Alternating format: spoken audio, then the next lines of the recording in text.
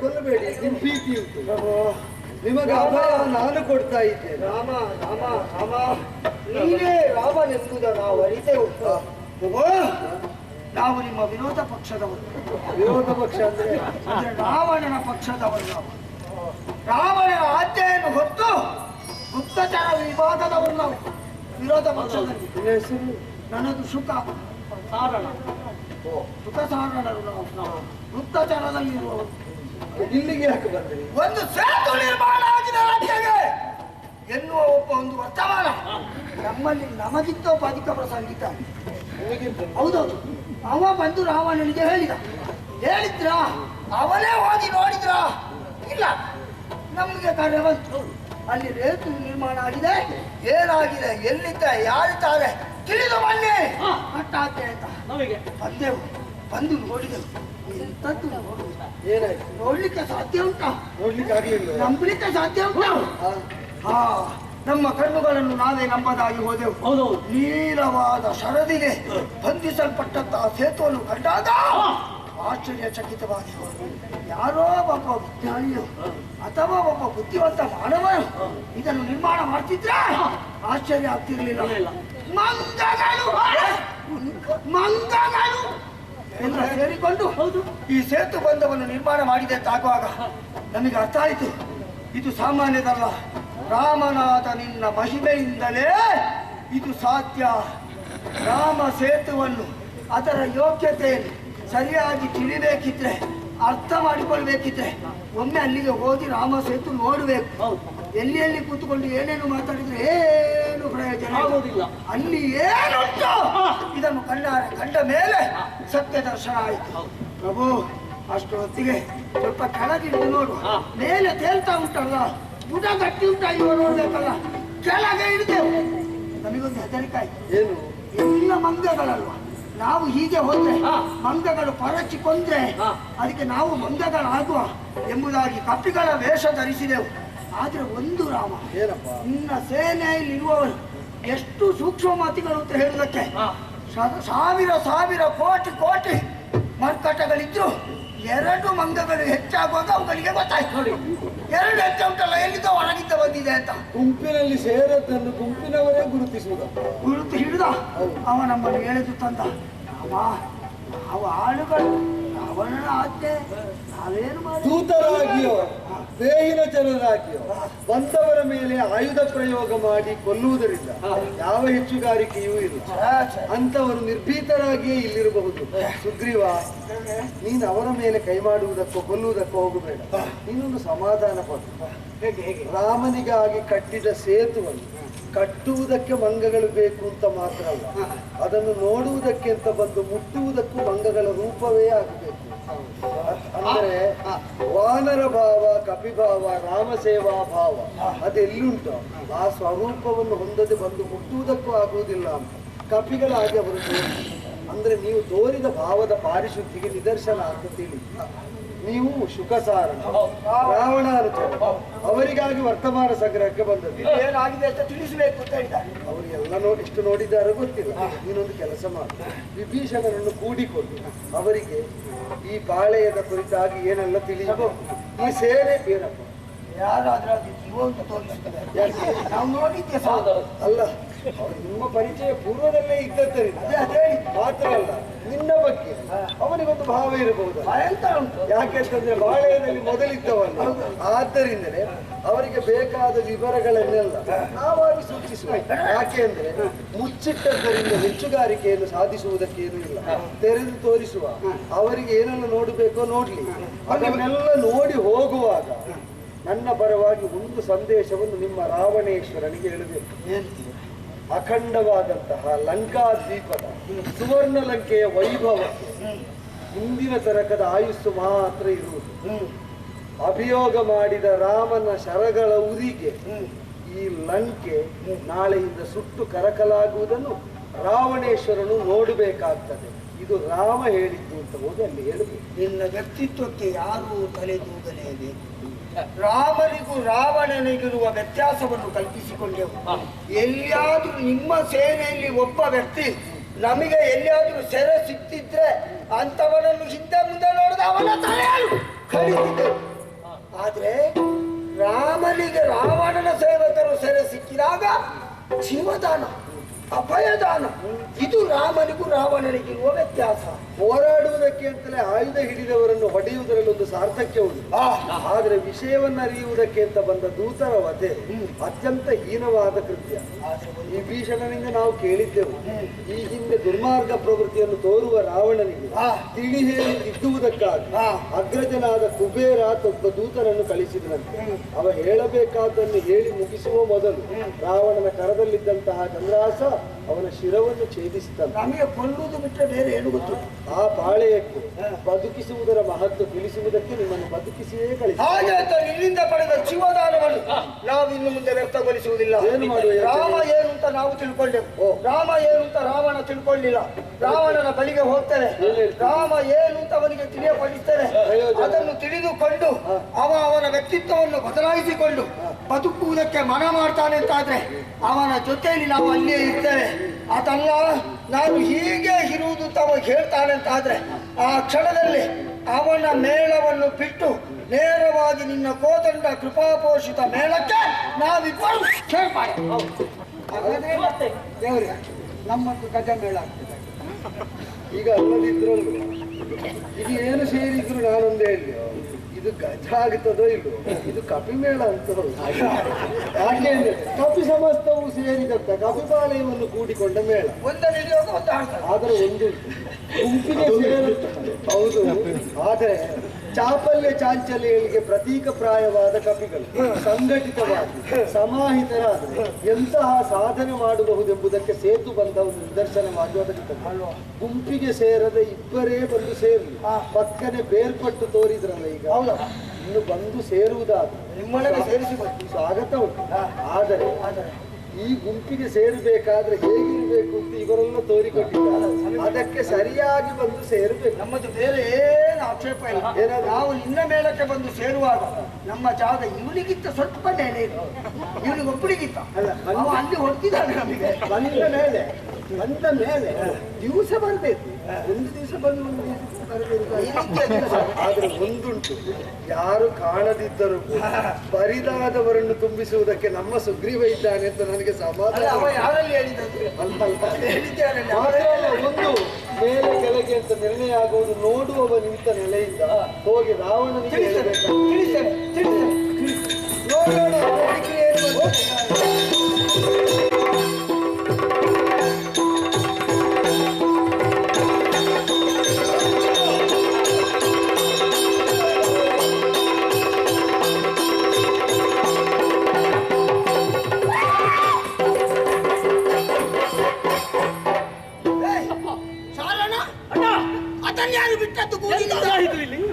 ಅದು ಗೂಡಿನೊಳಗಿತ್ತಲ್ಲ, ಅದನ್ನು ಯಾರು ಬಿಟ್ಟದ್ದು? ಅದು ತಪ್ಪಿಸಿಕೊಂಡು ಬಂದ ಹಾಗೆ ನಿಮಗೆ ನಾನು ಕೂಡಿಯಲ್ಲಿದ್ದವೇ ಕಾಣ್ತೇವ? ನಿಮಗೆ ಏನಾಯ್ತು? ನೀನು ಯಾಕೆ ಈಗ ನೀನು ಸರಿ ಇದ್ದೆ ಮಾರ, ಏನಾಯ್ತಾ? ನಿಮಗೆ ಸರಿ ಇದ್ದೆ. ನೀವು ಸರಿ ಇದ್ದವರು ಹೇಗೆ ಹೋಗಿ ಸರಿ ಇಲ್ಲದವರಾಗಿ ಹೇಗೆ ಬರ್ತೀರಂತ ನೋಡ್ಲಿಕ್ಕೆ ನಾನು ಈ ವೇಷ. ಏನಾಯ್ತಾ ನಿಮಗೆ? ಎಂತದ್ದು? ಏನು ಇಲ್ಲಿದ್ದದೆಲ್ಲ ಎಲ್ಲಿ ಹೋಯ್ತ? ಅದೆಲ್ಲ ಹೋಯ್ತು, ಕಳಿಸ್ಬಿಟ್ಟು ಮೇಲೆ ಒಂದು ಎರಡು ಬಂದಿದ್ರಿ. ಹೌದು. ಎಂತದ್ದು? ನೀನು ಮಾತಾಡ್ಬೇಡ. ಯಾಕೆ? ನೀನು ಮಾತಾಡ್ಬೇಡ. ಯಾಕೆ? ನಿಮ್ಮ ಸ್ಥಿತಿ ಏನಂತ ನಾನು ನೋಡಿ ಬಂದಿದ್ದೇನೆ. ಇವರು ನಮ್ಮ ಮುಂದೆ ಮಾತ್ರ ದೊಡ್ಡ ವ್ಯಕ್ತಿಗಳಿಗೆ ಮಾತಾಡುದು, ಆಚೆ ಹೋದಾಗ ಪುಣ್ಯ ಇವ್ರದ್ದು ಏನಿಲ್ಲ. ಆದ್ರೆ ಅದನ್ನು ನಾವು ತೀರ್ಮಾನಿಸುವುದಕ್ಕಾಗುವುದಿಲ್ಲ. ಹೋದವರವರಲ್ವೋ, ಅವರಲ್ಲಿ ನಾವು ಅಭಿಪ್ರಾಯ ಕೇಳಬೇಕಲ್ವೋ? ಹೇಳ್ಬೇಕಲ್ಲ. ಅವನಿಗೆ ಅದೇ ಕೆಲಸ. ಯಾರು ಪುಣ್ಯ ಮಾಡ್ತಾರೆ, ಪುಣ್ಯ ಮಾಡ್ತಾರಂತಲ್ಲ, ಪುಣ್ಯ ಹಾಕ್ತಾರಂತ ನೋಡುದು. ಅದೇ ಅಭ್ಯಾಸ ಅಂತಲ್ಲ. ಹಾಗಲ್ಲ, ನಿಮ್ದು ಒಮ್ಮೆ ಸಣ್ಣ ಸಣ್ಣ ಸೀಂತ್ರಿ ಇರ್ತದೆ. ಹಾಗಲ್ವೋ? ನೀವಿಲ್ಲದಾಗ ನಿಮ್ಮನ್ನು ಬೈದಿದ್ದಾನೆ ಅಷ್ಟೇ ಬಿಟ್ರೆ ಬೇರೆ ಹಾಗೆಲ್ಲ. ಅದು ನೀವಿಲ್ಲದಿದ್ರು ಅವನು ಅದನ್ನೇ ಮಾಡುದು. ಅದು ನಾನೀಗ ಇಲ್ಲಿ ಬಂದೆಲ್ಲ, ಅಲ್ಲಿ ಎಷ್ಟು ಜನ ನನ್ನ ಬಗ್ಗೆ ಮಾತಾಡ್ತಾ ಇದ್ದಾರೆ. ಅಲ್ಲಿ ಎಲ್ಲ ಸರದಿ ಪ್ರಕಾರ ಹೋಗ್ತಾ ಇರ್ತದೆ. ಹೌದೌದು, ಏನೇ ಇರಲಿ. ಇನ್ನು ಇವ್ರದ್ದು ಸರದಿ ಆಯ್ತಲ್ಲ, ಇನ್ನು ಮುಂದಿನ ವರ್ಷ ನಿಮ್ದು ಸರದಿ. ಈಗ ನಿಮ್ಮನ್ನು ನಾವು ಕಳುಹಿಸಿದ್ದು ಅಲ್ಲಿಯ ಸತ್ವವನ್ನು ಪರೀಕ್ಷಿಸುವನ್ನು ಅಲ್ವಾ? ಏನು ಮಾಡಿದ್ರು? ನೋಡು ನೋಡು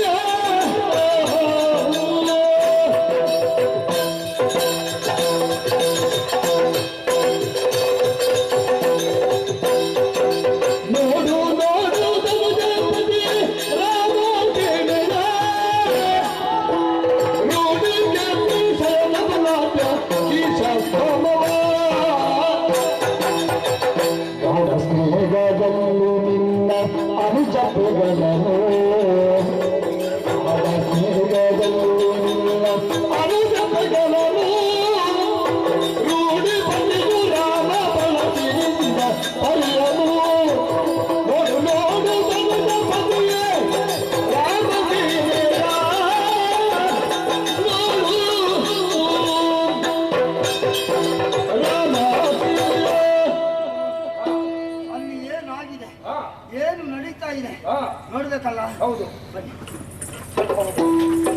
ಪ್ರಭು, ಅದನ್ನು ಹಿಂದೆ ಕಳಿಸಿ. ಹಿಂದಾಗ ಯಾಕೆ ನಾವು ದೊಡ್ಡವರು ಮಾತಾಡುದಲ್ಲ. ಅದಿರ್ಬಾರ್ದು.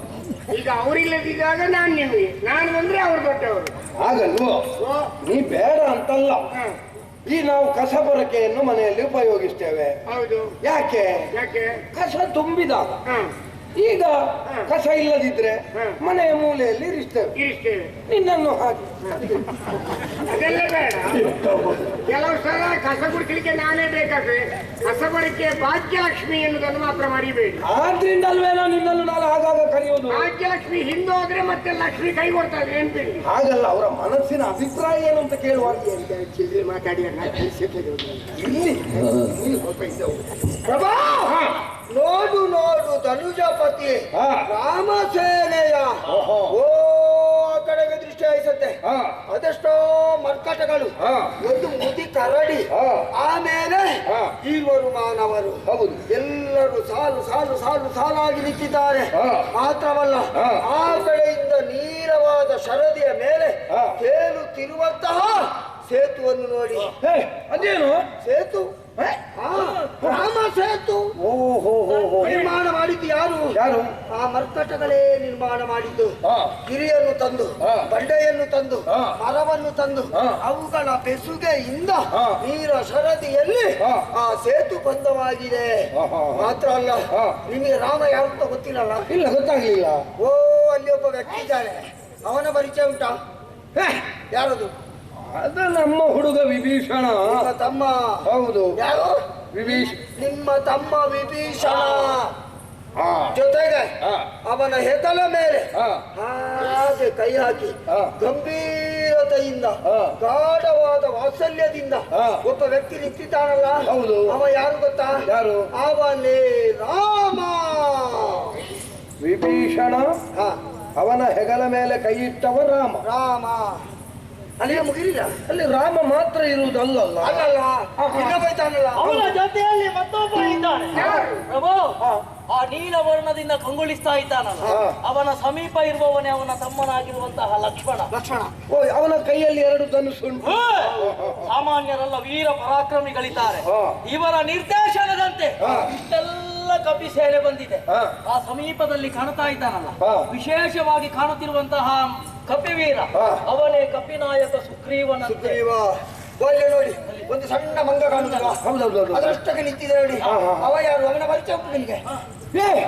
ಅದು ನನ್ನ ಮಿತ್ರ ವಾಲಿಯ ಮಗ ಅಂಗದ. ಅಂಗದ ನೋಡಿ, ಹಿರಿಯವನಾಗಿರುವಂತಹ ಒಬ್ಬ ಮಂಗ ಕಾಣ್ತಾ ಉಂಟಲ್ಲ, ಅದೇ ಅವನೇ ಜಾಂಬವಂತನ. ಜಾಂಬವಂತ.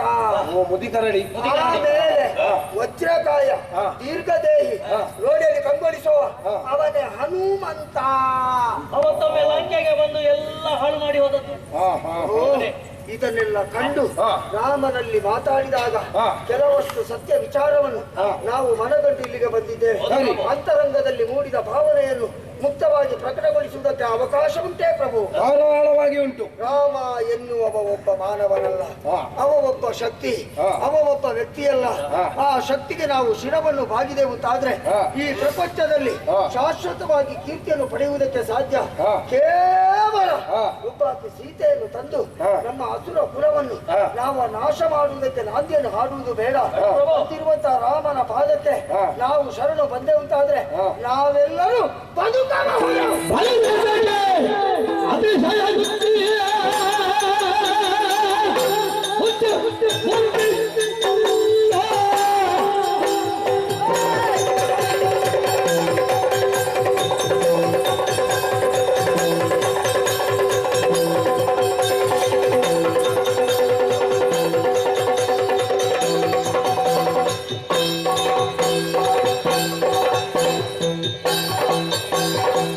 you.